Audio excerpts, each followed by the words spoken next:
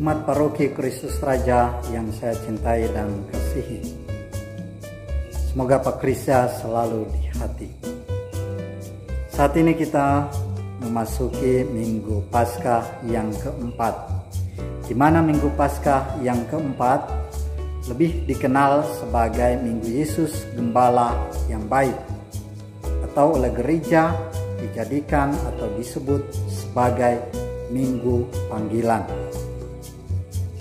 Maka baiklah kita merenungkan makna dari panggilan itu sendiri. Para saudara yang terkasih, bacaan-bacaan di Minggu Paskah yang keempat ini berbicara tentang Yesus sebagai gembala yang baik yang hadir untuk membimbing kawanan dombanya.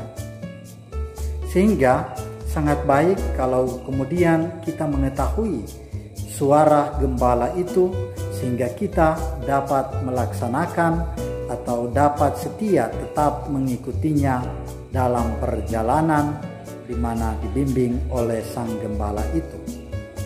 Sehingga dalam bacaan pertama yang kita dengarkan, Kisah Para Rasul bab 2 ayat 14a dilanjutkan 36 sampai 41 berbicara tentang bagaimana ketika orang bertanya apa yang harus kami lakukan.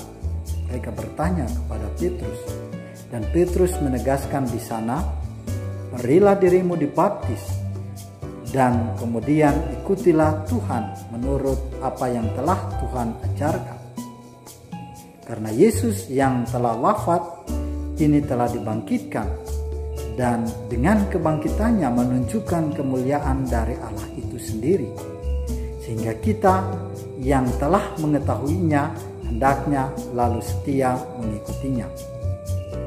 Dalam bacaan kedua, surat pertama Rasul Petrus bab 2 ayat 20b sampai 25 berbicara tentang bagaimana perbuatan yang baik datang dari Allah. Dan karena itu orang harus menderita untuk tetap berada di dalam perbuatan baik itu. Itulah yang disebut kasih karunia Allah. Penderitaan bukannya menghantar orang untuk jauh daripada Allah, tetapi justru harus mendekatkan diri kita kepada Allah. Ketika kita dicerca, dianiaya, difitnah dan sebagainya, bahkan iman kita dipertaruhkan, maka di sanalah kita harus tetap bertahan, mengandalkan Allah dan mau tetap berada di dalam ajaran-ajarannya.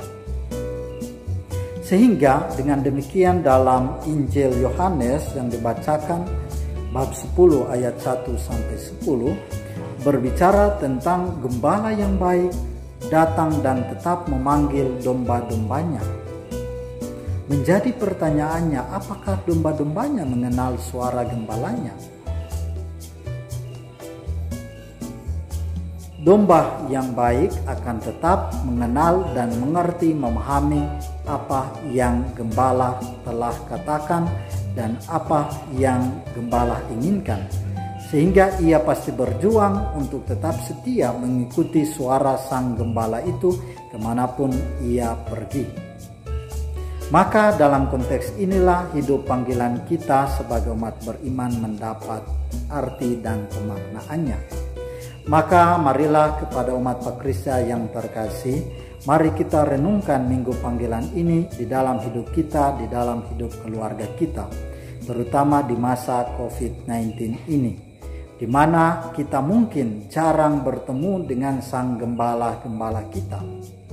Tetapi baiklah itu tidak menyurutkan hati kita, semangat dan niat baik kita, karena sejak kita dibaptis, kita telah diberikan tugas yang sama yang disebut oleh gereja sebagai martabat imamat umum, yakni melaksanakan tugas Yesus menjadi imam, nabi dan raja.